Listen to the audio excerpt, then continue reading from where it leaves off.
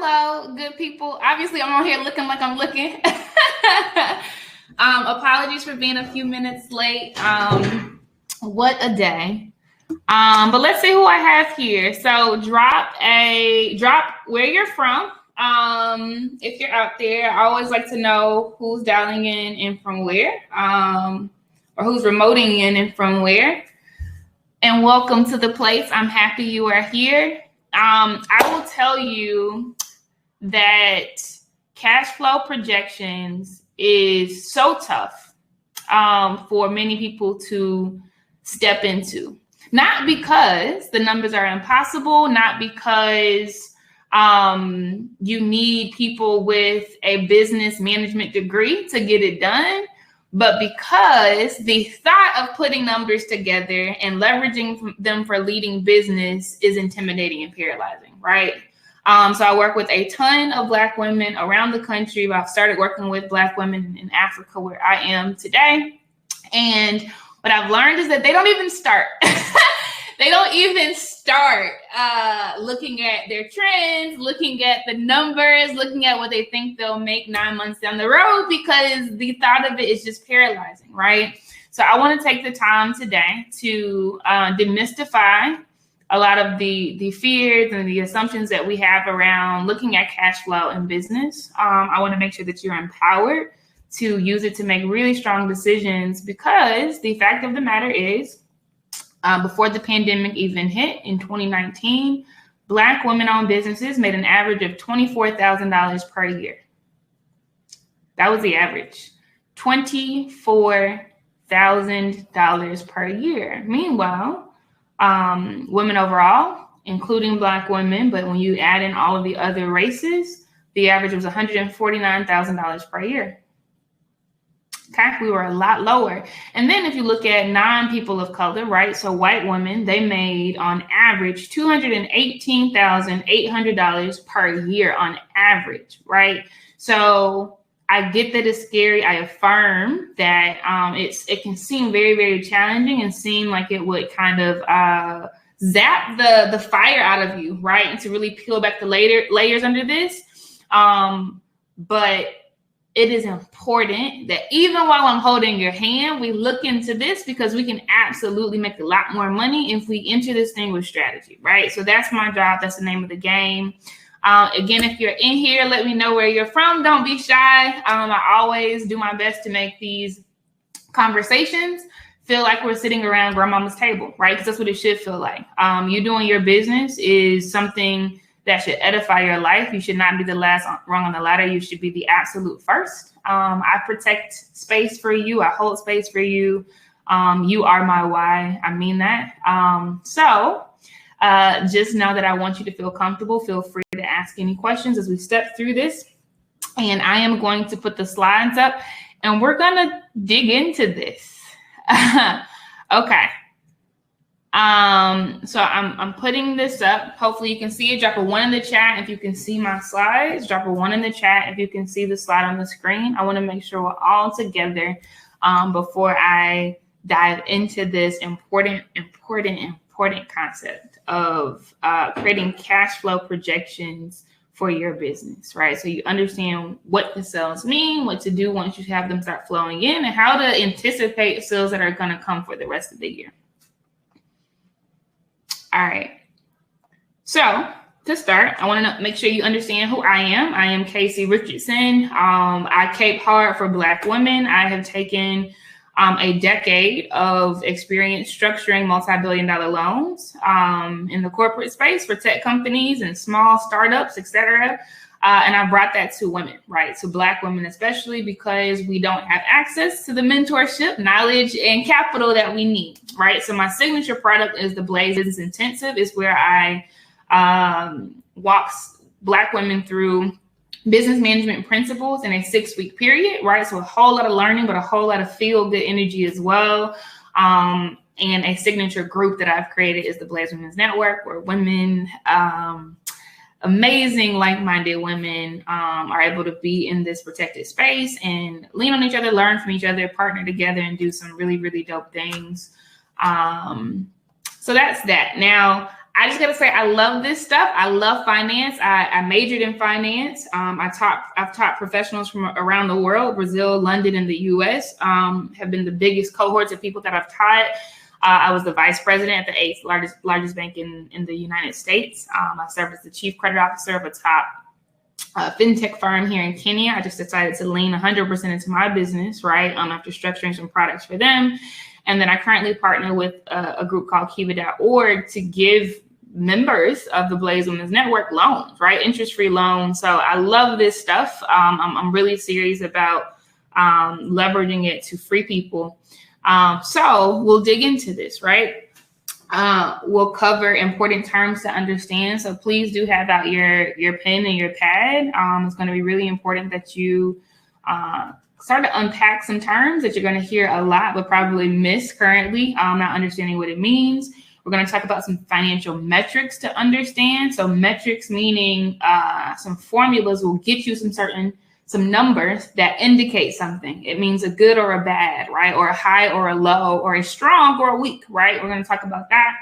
And we'll talk about business management goals. Now, understand this, there is no pressure to learn everything there is to know about cash flow projections today. There is no pressure. It is progress over perfection, right? So I'm going to intentionally dive into this thing very slowly. And just know that you will continue to learn from the seeds that are planted today, right? So this is going to whet your palate and really strengthen some things that I want you to focus on first, right? And then there are plenty of ways out there, including what I offer to continue to sharpen it, right? But don't overwhelm yourself mentally thinking you have to understand everything there is to know about cash flow projections.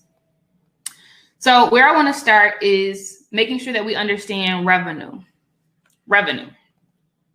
So revenue is the money a company earns through the sale of goods or services, right? So if you were to get a loan today, that is not revenue, right? You have to look at revenue by itself. If you were to get a grant today, that is not revenue. If you were to get money from, family, friends, church members, right? You're actually raising money for your business. Understand that that is not revenue. When we think about cash flow projections, we have to start with revenue. Revenue is number one. So remember that mindset principle. Revenue is number one. That's where you start when you're making cash flow projections. And it must be thought of as the money that you earn through the sale of your goods or services.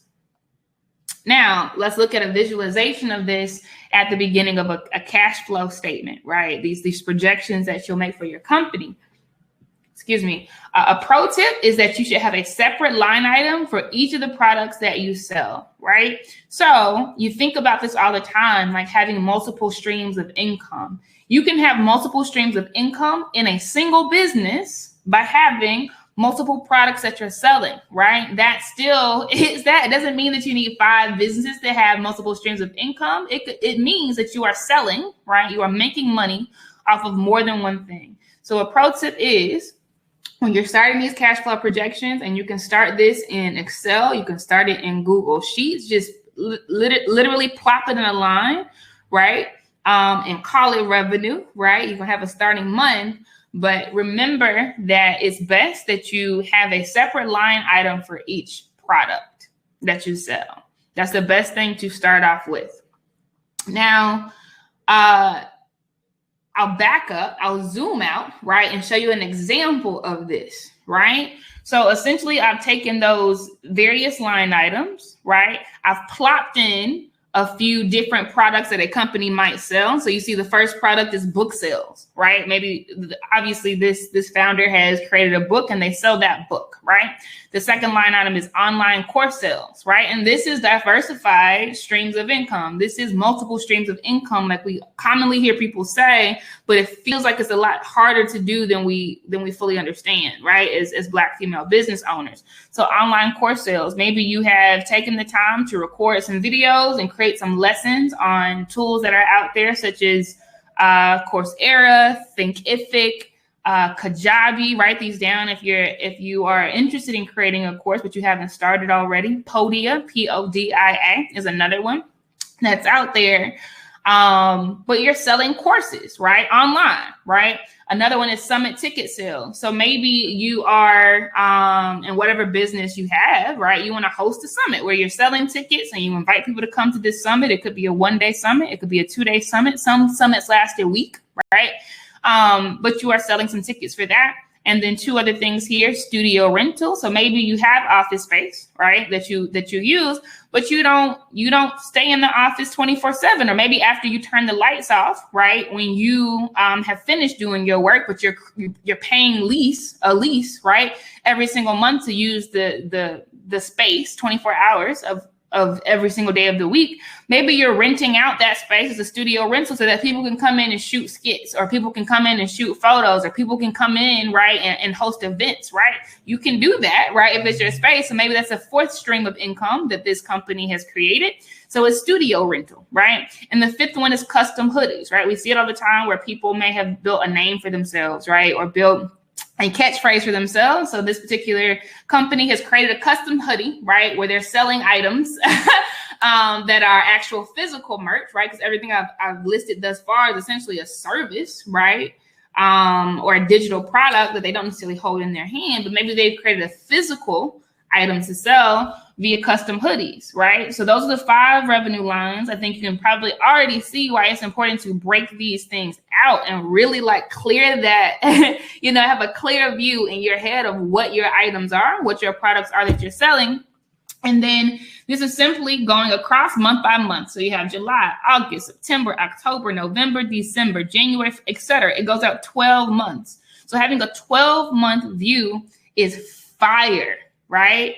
It is fire because what you should be thinking about is seasonality. That's a pro tip, seasonality. So let's say, right, you have these 5 different products. Now yours is going to be different, right? Think about the products that you sell. If it's only 1 today, cool. If it's actually 2 or 3, but you didn't think about it that way, it's like, oh, I have different offerings. Let me break out these lines.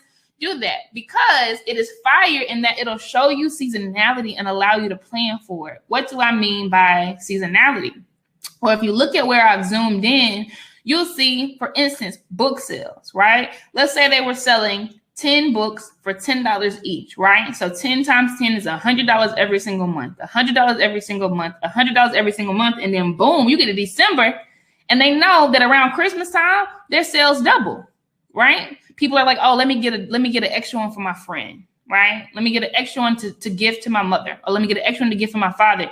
This is the power of breaking down these products line by line so that you can actually plan for seasonality, right?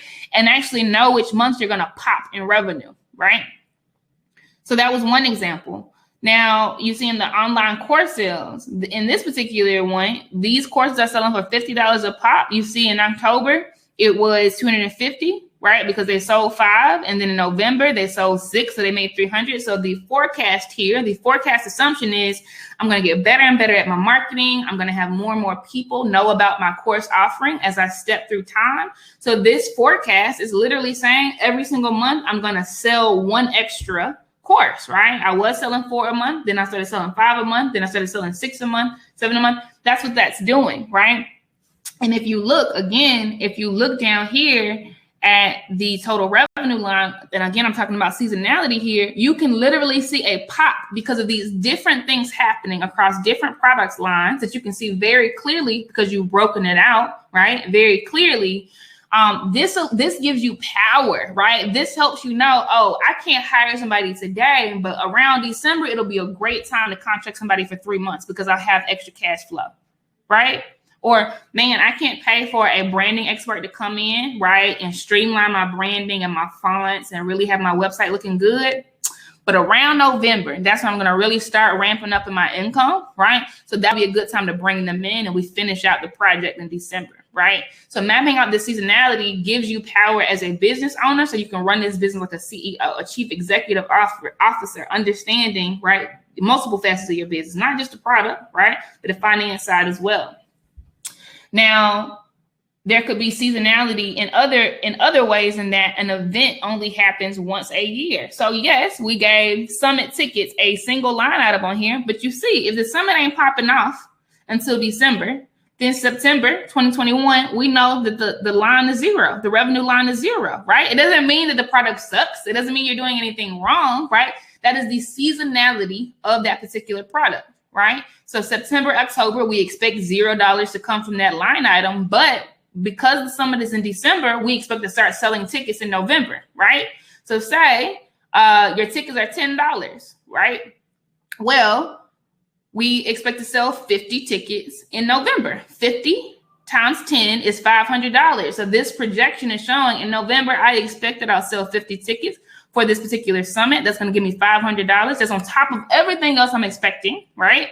And then in December, right, that's where I think I'll really see a lot of people, because a lot of people move very last minute. It's really the week of the summit that people are really buying tickets. That's how we do, right? So you expect to sell 100 more tickets in December, right? So 100 times 10 is $1,000. So this particular breakout of your forecast shows you seasonality on the summit tickets, right? And then it goes back to zero thereafter, because you're not holding the summit all throughout the year. It's just in December. So because of that seasonality, you really have your highest pop out here in December, again, which can really help you do some things around planning for how you're going to spend this cash flow, or put it back in the bank and just let it sit and build, right? Finally, you see some static things. Static meaning it stays the same. So your studio rental, right? Maybe you're renting it for $100 an hour. You only rent it a couple of days a month, right? You don't want it always being there, but you're just using it, right, to get some extra passive income. Passive meaning you're not doing any work, right? Remember, I said when you leave, you turn the lights out, right? This is your office. You turn the lights out, right? So a couple of days a week is when you leave the key in the lockbox and you let somebody come in and use the studio rental. You don't want to use it all the time because you don't want to risk damaging your space or getting things out of order. But a couple of times a month, you'll let people rent it for $100 an hour. So let's say you rent out 10 hours a month, because 10 times 100 is 1,000, right? So let's say you expect it to max out at that every single month, because you're going to stop it at 10, right? That's what this line is saying. I'm only renting out 10 hours a month. When it's gone, because I don't want too much traffic in my office space. I want to keep it well maintained. I want to keep this, without being a headache to me. So I expect $1,000 a month from studio rental, custom hoodies. Similar thing, right?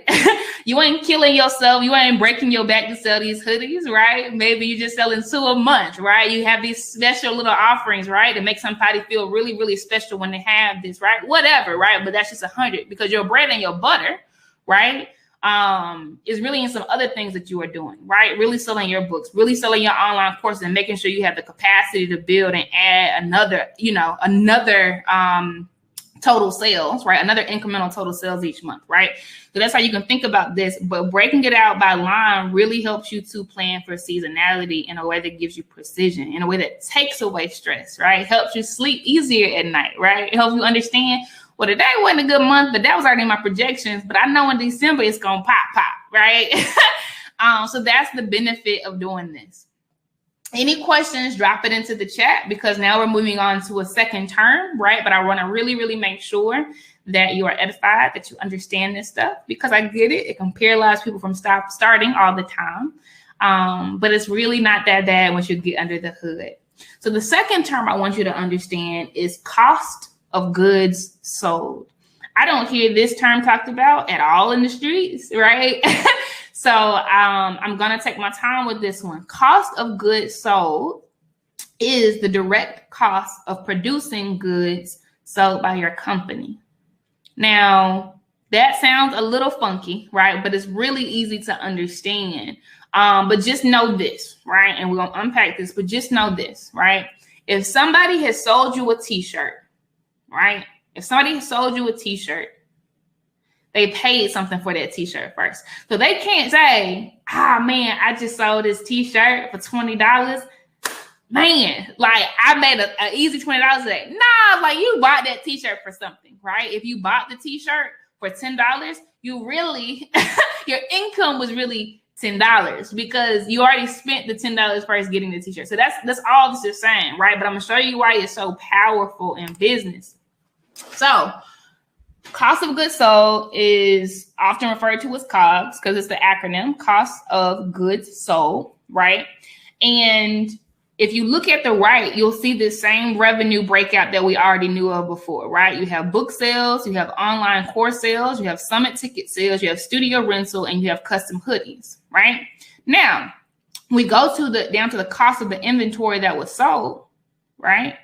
We have to account for the upfront cost that we paid for everything that was sold. I'm gonna break it down for you like this. Book sales, right? Let's assume that anything we're making is just royalty. So all this is royalty. So whatever went out for that, right? We didn't have to pay for anything, right? We're just assuming that Amazon is giving us our cut as it's sold. So that really stays with us. Online course sales, same thing. I didn't have to pay for anything. Like, I created the course, it's sitting online. When somebody buys it from me, like, there is no cost associated with that, right? But we can obviously know that custom hoodies, like, yeah, there was a cost associated with that. So let's say, because I mentioned this example before, let's say we sold 2 hoodies for $50 each, which gave us $100, right? 2 hoodies for $50 each, which gave us $100. But we had to pay for that hoodie up front. Guess what? That hoodie actually cost us $25, right? So that's what you put in the cost of inventory that was sold. There is no cost for the studio rental. There is no cost for his online course sales, right? That's straight income, right? But we actually had to buy the hoodies first, right? So 2 hoodies at $25 each, the cost of the hoodie sold was $50. So that's where that comes in, right? And it's only associated with these hoodies. And then there's shipping expense, right? Like, we running a promo on this stuff because we really want people to buy it. So to get it in the customer's hands, we paid $10 in total, right? Because there were 2 hoodies. They went out in 2 different to 2 different addresses, and we used the flat ship fee of $4.99 at the post office, right? So $50 was what we paid up front for the hoodie. $10 is what we paid for shipping expense, right? So that means our total cost of goods sold is $60. It's literally as simple as that, right? So for a pro tip, and again, you don't have to absorb all of this right now. This is more so wetting your palate so that when you see these things more and more, and when you start building out your projections, you have at least a familiarity with this, right? The pro tip is to include your costs of getting your good or service into the customer's hand. So again, if it's book sales and you're just getting royalties, you don't have to take nothing extra from that, right? Like, these are straight royalties. If it's online course sales and you've already made it and it's already housed and ready for people to check out, you don't have to take anything extra from that. But for the hoodies, you did have a cost associated with it, right? So that should go into COGS. I'm going to unpack that a little more because it is a little harder to understand. So let's break out some scenarios. If your customer pays for shipping, that's not your COGS, right? So we know that in a lot of instances, say it's Walmart, anything that's under $50, we're paying for our own shipping. So that's not even Walmart's COGS, right? It don't cost them nothing, right? So if you're passing the cost on to your customers, that line can be 0 for you, okay? That line can be 0 for you. But if you pay for shipping, right? And in some sites so Etsy is an example. I love Etsy because many times it's small business owners who are on there. So it gives me a very easy way, right, to put money in their pockets by buying from them. And Etsy, usually it's like no matter what, it's free shipping. Now, the small business owner gets to decide that, right? But usually it's always free shipping. Well, that means that shipping cost is a part of their COGS, right? Because it does cost something to ship, right? So as a business owner, if you pay for shipping, it is your cost. Thus, it is part of your COGS, right? That's how you think about that line. Let's move on to another example. So let's say you're giving a digital product. Your COGS very well may be 0. So let's say you have an ebook that you're giving out, right? That you're selling, not giving out, that you're selling, right? And let's say your ebook is $4.99. And so let's say your ebook sells in your sleep. $4.99 is an automatic download. That costs you nothing. It costs you nothing, right? So your COGS is 0 for that delivery, right? Let's say you're providing a service, right? So say that service is you are meeting with people for 30 minutes, right? Giving them therapy services, right? Well, if it's you meeting with people for 30 minutes, whether it's sitting in your office or, sitting in front of a computer camera, that costs you nothing, right? It may cost you nothing, right? So in that instance, your COGS is 0. Now, I'm going to show you why this is this is so fire and important to understand, but just know, before I lean into that, just know that you should take the time to calculate your COGS so that you know your gross profit. Because again, revenue in the door is just a piece of it, right? Somebody might be dancing because they sold these t-shirts without really thinking about the fact that most of it went to actually pay for the initial shirt itself. But really taking the time to understand revenue, right, and lay it out item by item, and then laying out your COGS, it helps you understand your gross profit. Now, this is where you start getting some magical stuff happening as a business owner, because remember, you're a CEO, right? You can't just be worried about inventory. It can't just be bogged down in customer service, right? You have to be high level enough to really tell people, oh, I need this done. I need that done. Oh, these numbers are telling me this. Let's land into that direction. So gross profit is really empowering you to do so. Gross profit is revenue minus your cost of goods sold. Revenue minus your cost of goods sold. And I really need you to be writing on this one, because this one really unlocks power for you as a business owner. Gross profit is revenue minus cost of goods sold. So here we have the same revenue line items, right? We're familiar with these five. We know how it changes through time in different months because of seasonality, right? And then we're also here, we understand the cost of goods sold, because we understand that the hoodies do have some costs associated with it anytime that sale is made, right? Because the hoodies cost something up front, and then there is some shipping costs associated with that. That is not the case for any of our other products. So we know that, yeah, we made $1,300 in revenue from all 5 of these products in a single month. And we know that we actually had $60 of costs associated with that. So let's be real about that, right? So our total gross profit is actually $1,240. Or said another way, gross profit margin is 95%. Now, this is powerful. This is powerful because revenue by itself doesn't tell you anything. Think about the people who sell cars, right? It might sound so sexy to say. I sold $60,000 worth of cars this year, right? That might sound so sexy to somebody who doesn't understand gross profit margin. But when you think about the total cost of the goods they sold, actually getting the car initially to sell it, however much that cost them, right? Let's say it's a used car business, right? And they had exactly pay up front for that, right? And then you think about the delivery costs, right? Because a lot of people, to be competitive these days, they're delivering the cars to people's front yards, right? And that's a cost associated with that, right? It might have been some labor associated with it, right? Whatever it took, right, to get that piece of property, right, that good in somebody's hands, there's some costs associated with that. And I can promise you that their gross profit margin is not 95%. So the power as a business owner in decision making, right, and really thinking about what's best or a threat to your business is really getting down to this gross profit margin line, where you're seeing how much your revenue actually flows down to gross profit, right? Let's unpack that a little bit more, right? So 95% is the gross profit margin of this particular business, because they're in a fire position of only having one product that has costs associated with it. And all of their other products is straight pass through. Straight, the digital downloads, the online sales, straight pass through. So on an average basis, when they look at everything together, they know that of all the revenue they're making, they know that 95% is legit flowing down as gross profit, so they can pay their bills with that. And that's what this line is. The money that you have to pay your bills with, right? It's fire. So let's think about a different type of business, right? Let's say you have a service business, right? Let's say somebody has a service business, right? And let's say that service business is consulting services, meaning a company comes to them and they say, hey, I'm actually trying to do a change in my business, but I really, really need your help. Can you be my consultant? Can you tell me the strategy that I need to do to make this happen? That's consulting, right? So the product, the service the person is delivering is a strategy solution, right? They're going to think about what should be done. They're going to do some research, and they're going to come to the company and say, hey, this is the strategy. And they get paid for that service, right?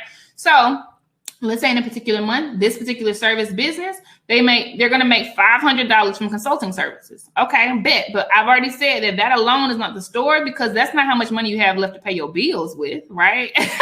That's just the revenue before costs, right? So let's look at their cost of goods sold. Well, inventory, there is no inventory. That's zero. Shipping expense, there is no shipping involved. That's zero. Other costs associated with the sales made, there is none. It's zero. So in this particular case, their total cost of goods sold is zero. Their gross profit is 500 and their gross profit margin is 100%. This is the power of gross profit, especially of gross profit margin, especially for the business owner, right? Because after you lay this stuff out, you might see that your gross profit margin is 13%, right? That will empower you to say, let me mix this up, right? Let me add a few services in here where it's a higher gross profit margin. That is literally what CEOs do all day. They look at these gross profit margins, especially if it has seasonality in the business, et cetera. And they say, okay, well, this is good. I love it, right? But let's mix this up a bit so that we can add things with a higher gross profit margin. I'll give you a deeper example of this or another thing you should think about. Do not necessarily shoot for things that are 100% gross profit margin. Research what's common in your field, and you can literally Google it. Say average gross profit margin for t-shirt companies. Say average gross profit margin for realtor businesses. Average gross profit margin for, literally do that, because what you're going to find is stores, right? Like let's say Walmart's and Pier 1 Imports of the world, right? Where they're selling things. Their gross profit margins are a lot lower than consulting firms because they actually have items in store, inventory in stock, right? Targets of the world that they have to pay up front for before the sale happens, right? So it does not mean, right, that you should shoot for 100% if you're in an industry, right, that has some high COGS associated with it, right? You just need to know what the average is in your industry and really, really work to be at or above that average, right? And you can even do better than your peers, right? By being above the average, by mixing in some other higher gross profit margin items. And that one, when you go to get a loan, I'm telling you, it's going to be fine when you walk in there and you say, this is my gross profit margin. This is the gross profit margin of my peers, but I've been smart enough to mix up my products, right? To diversify my streams of income so that I actually come out with a higher gross profit margin. So on a month-by-month basis, you can bet your bottom dollar that 70% of my revenue flows down to my gross profit. Like, this is what that empowers you to do, right? So it is not necessarily that you shoot for 100 because not all businesses, not all industries have that in the first place. Clothing businesses definitely do not, right?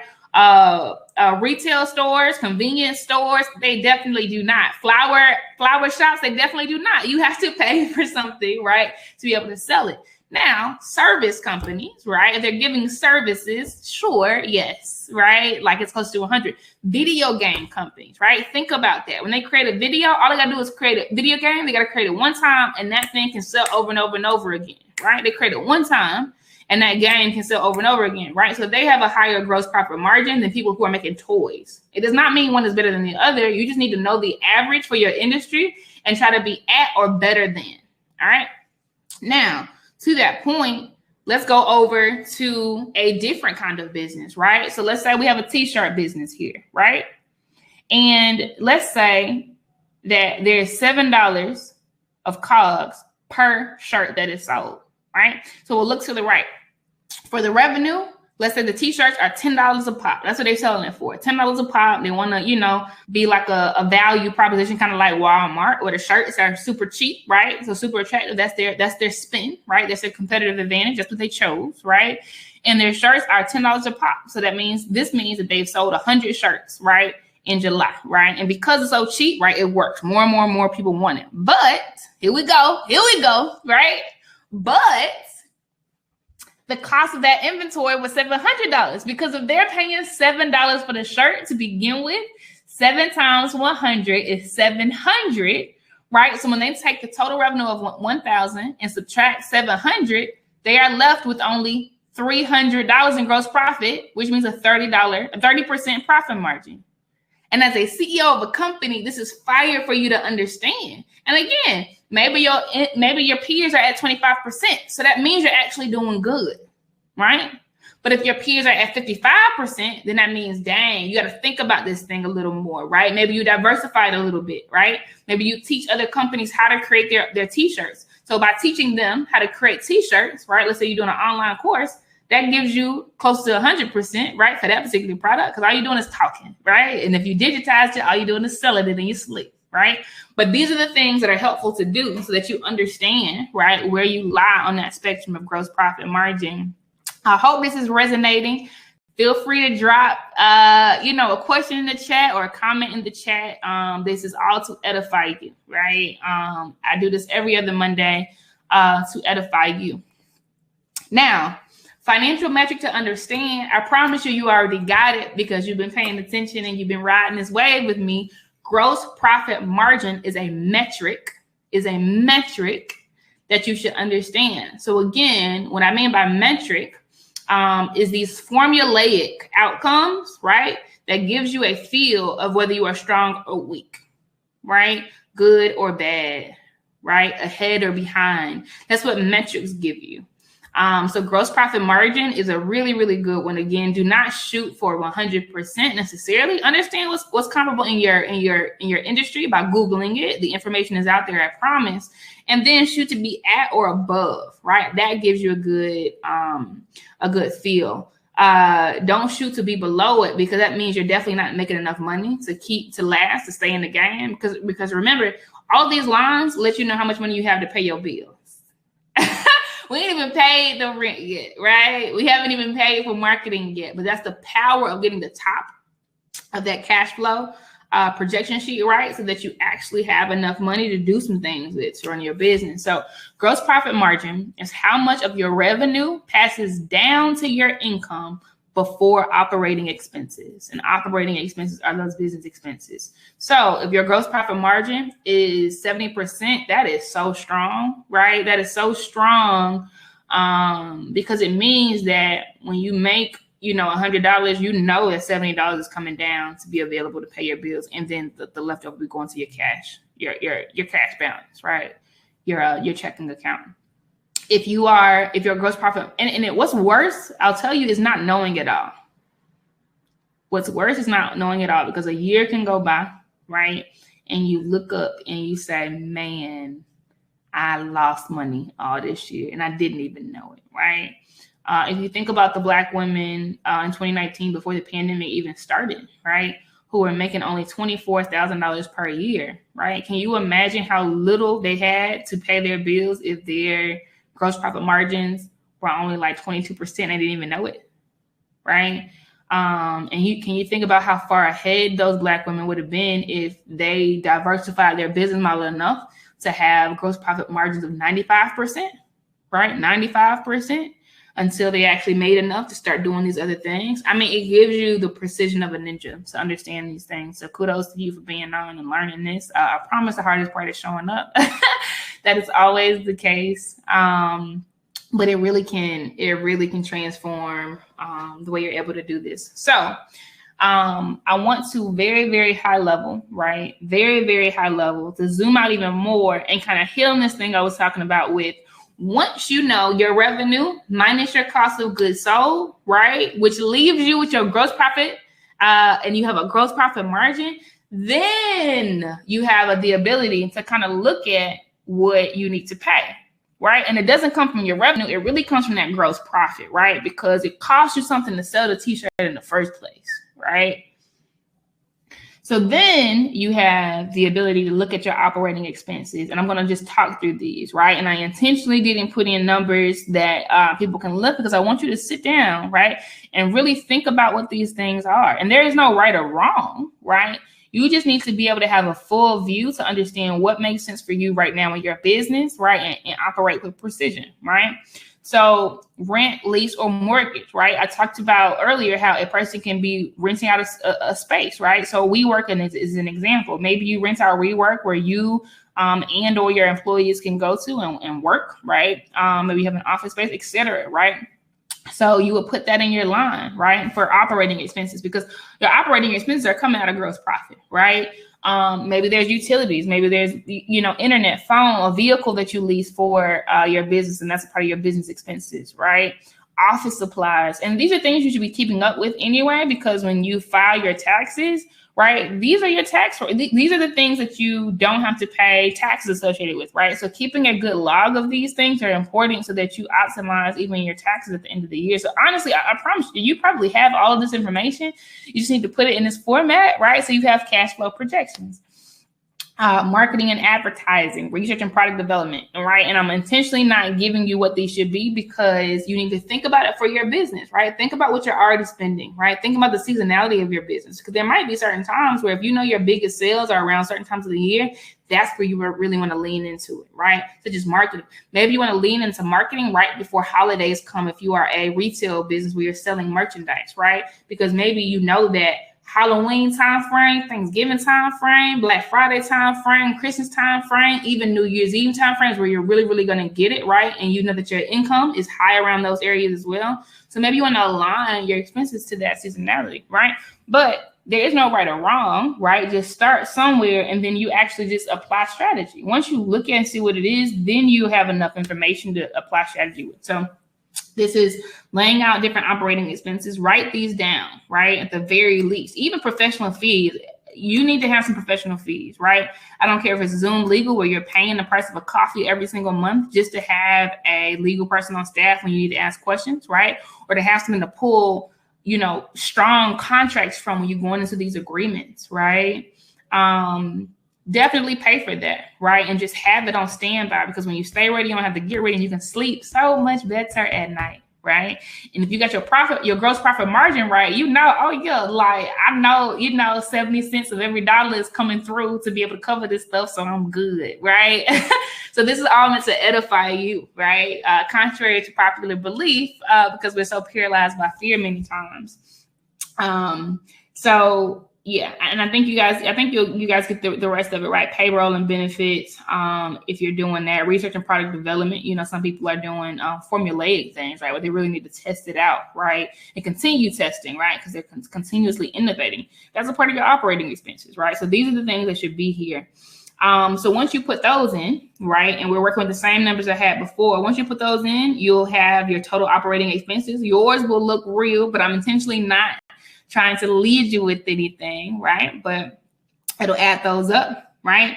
And then you'll be left with your earnings before interest and taxes. So what's interesting here is just taking your gross profit minus your operating expenses, right? And then you're left with your earnings before interest and taxes. That means before you pay your taxes, before you pay any interest on your debt, right? Because you see, we didn't have debt payments in here. We're talking about really operating the business.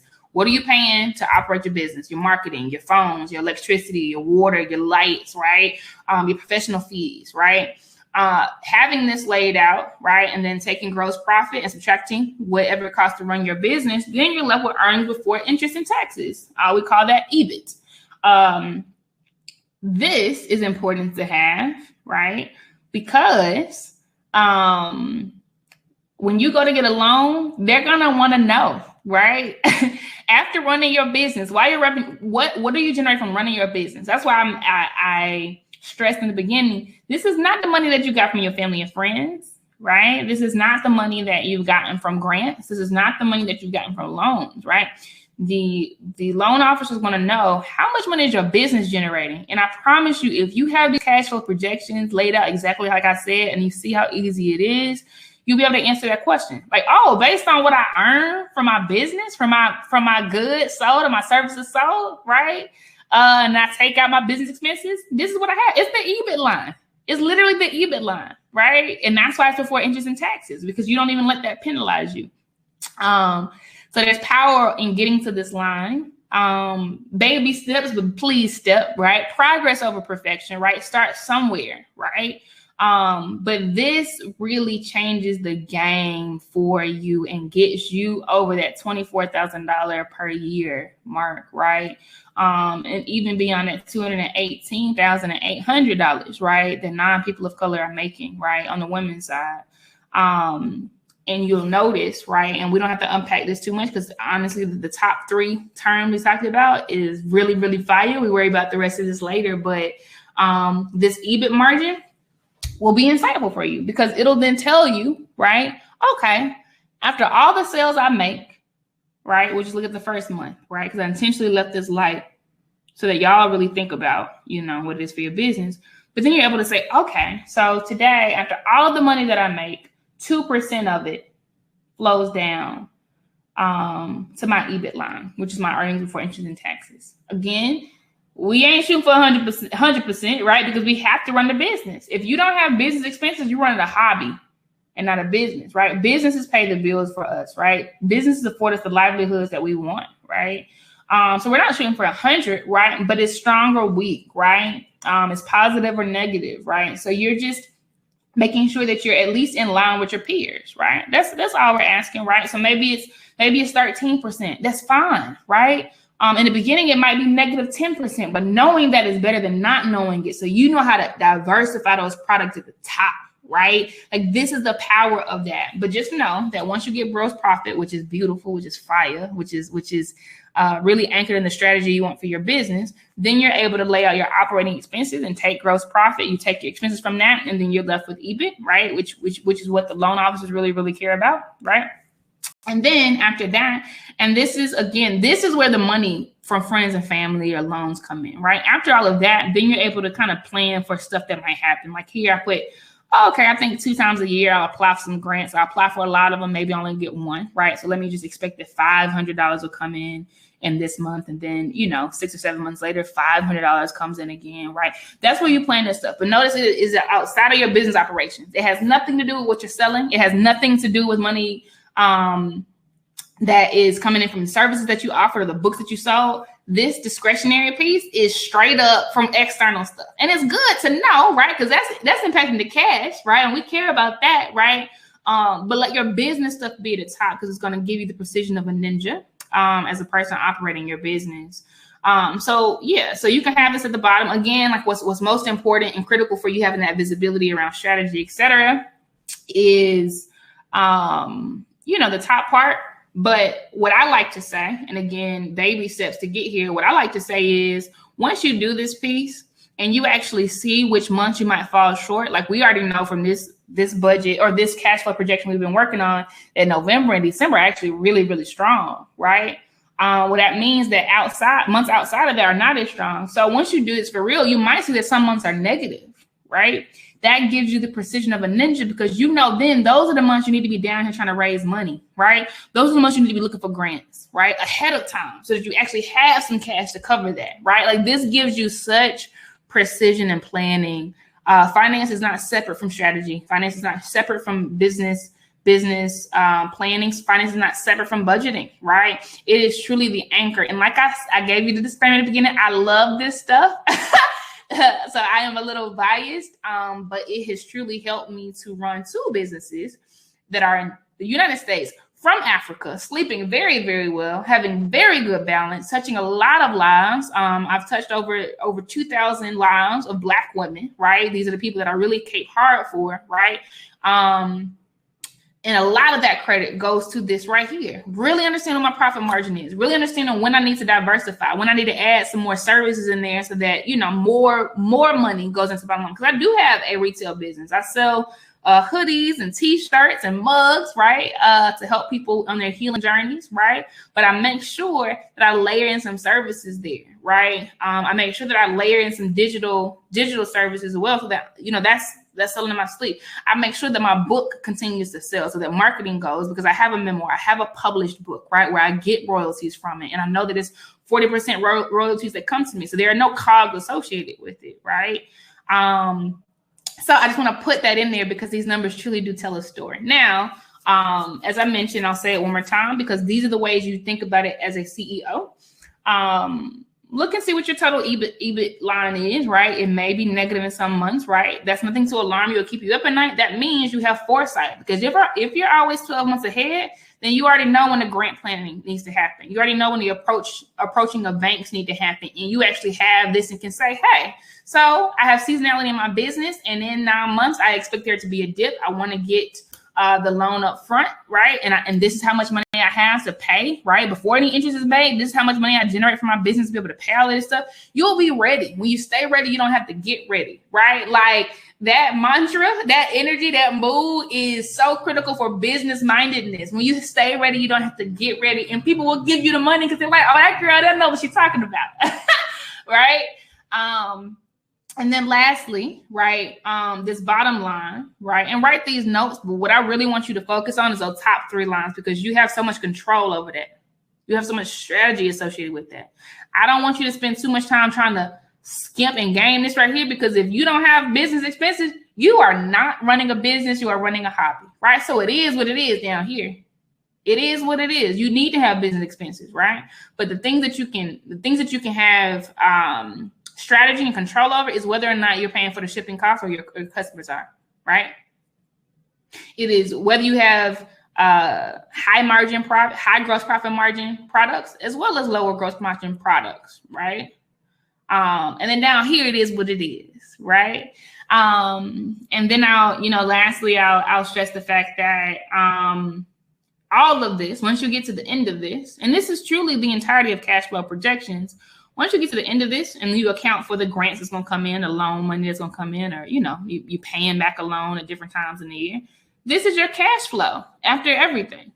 Cash flow meaning these are the dollars and cents that can hit your bank account. Literally, that is all it is. So, and this is just a descriptive example, right? Don't worry too much about this piece. I really want you to focus on those first 3 terms, right? And that first metric, right? To strengthen this. But this is the visibility it will give you, right? If you know that in July you started with this in your bank account, you literally take that and put in your bank account. This 518 came from right here because we've literally walked it through everything. Gross profit, you take away the business expenses. Okay, that's what you left over with. Okay, and then I expect some inflows from some loans or some grants. So I know $518 hitting the bank, right? So that gives me the 5518. All right, well then in my projections, next month I'm starting with 5518. Then you taking this number right here. Oh, okay, I got an inflow of this, right? And literally the same thing happens all the way out. So you literally know what your bank account should say. Similarly, let's say you have some negative months. Let's say this number was negative 500. Well, boom, that's going to come out of the starting balance, and you know whether you got 0 left over or not. Like that's the power of cash flow projections. It's not aiming for a particular number, right? It's giving you visibility to make certain decisions. Let's say you can absorb negative $500 each month for 10 months, right? Because we actually know December and November is when we start to ramp, right? But let's say you absorb these negative 500s. Having a view like this lets you know that, okay, I can actually handle it because I've made payroll, I've made marketing expenses, I've covered the lease, I've covered the utilities, right? And I get this big inflow down here in November, December, right? So I'm actually good. Like it literally helps you sleep better at night because you know, right? Because you can see. And if you see, oh man, I'm really in danger of hitting 0. I don't want to do that. Let me plan for the grant in that month. Right. So let me hire somebody, I'll pay them, $10 an hour, whatever, $15 an hour, right. To get me to apply for some grants for me so I can make sure that comes in time to add some cushion. This is the precision that it gives you as a business owner. I am so proud of y'all for showing up, those who did, because I promise you, fear paralyzes most people from even starting, from even looking at this. Right. But there's so much power in this and there's so much control in your hands. So you've done a great job. You've done the hardest part, which is showing up. And just so you know, I do offer, and I mentioned this in the beginning, right? I do offer this 6-week Blaze Business Intensive that teaches you, that walks you through how to master the fundamentals of business management. Just for Black women, literally in terms that you understand, using examples that are relevant to you, right? Anchored on principles that edify you. Right. It is always about not being the last rung on the ladder. It is always about you understanding business management tools so that you understand, right, how to make life easier for yourself. Because as you do so, right, you naturally are able to make life easier for other people. Right. You're not pouring from an empty cup. You teach the people around you how to protect, right, you and show you love because you are loving yourself enough, right, to learn how to work smarter, to reclaim valuable time, right, to manifest your wildest dreams. So the 6-week Blaze Business Intensive includes 6 modules. It starts with self-discovery and entrepreneurship because I want women to know what their most profitable skills are. It goes into the business plan. It goes into budgeting, right? Which is critical. You saw the budget being a part of his cash flow projection. So it really goes into how to create a budget for the business that you're running, which is not a hobby. It then moves on into strategy and automation, which is fire, because it's not just doing some stuff and seeing what happens. And it's happening. And I'm like, oh, okay, you spent some money on marketing. Like, what happened? And I'm like, oh no, like we ain't doing that, right?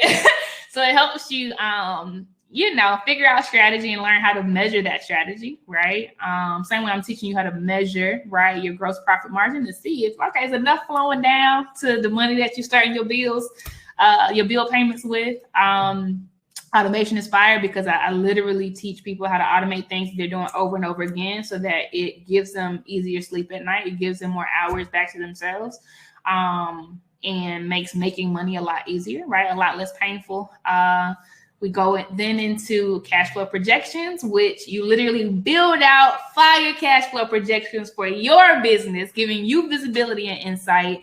And you're very well equipped to grow from there, right? Get loans, go to partners and say, look, this is how much money this is making. You want in or not, right?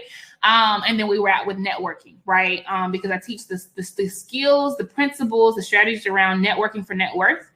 Because if you're doing it all, you're doing it wrong, period. I don't care how strong you are, right? I don't care who your big mama was, because my big mama was strong too. And as I look back on that woman and what she gave, how much she gave, and how much she struggled in plain sight, and we didn't even know to save her, right? I make it my business every single day to teach women how to not do it all by themselves, because that's the wrong way to do it, right? How to serve and that by themselves, which teaches other people how to do it as well. And that can definitely be done in networking, right? And doing partnerships, etc. So that's the Blaze Business Intensive. Definitely, I'd love to talk to you. If you're interested, set up a free call with me. I have a self-paced digital version that is fire. I talk to my students every Wednesday that are part of that self-paced version, because I have open wind down Wednesdays, open office hours. So it's fire, and you can do it on your own schedule. There's a private tribe associated with it. A lot of like-minded women, over 100 women in that space. And there is a live cohort that started on Saturday. So we're going through that together live. But I promise you, you're able to see and talk with me in the digital self-paced version as well, via the office hours and the jumpstart session that happens at the beginning of it. So set up a call with me. You can absolutely use the link that's provided herein if you're interested in it. And just know that you are worthy. You are worthy. You are worthy. You are worthy. There is so much freedom to experience in the land of the living here, right? There's so much joy. There's so much joy for you on the other side of your dreams, right? And so I want to help you tap into that. I want to help you live the quality of life that you want to live. It's not about these resume items and what people told us success is, right? It is literally what keeps you up at night, right? Those things that you think about, those things that you thought about as a child. I want to bridge you to that. You deserve that. I'm living that myself. I've been in Africa since February, running 2 businesses, loving what I do, transforming lives, right? Feeling safe and grounded. And it's not rocket science.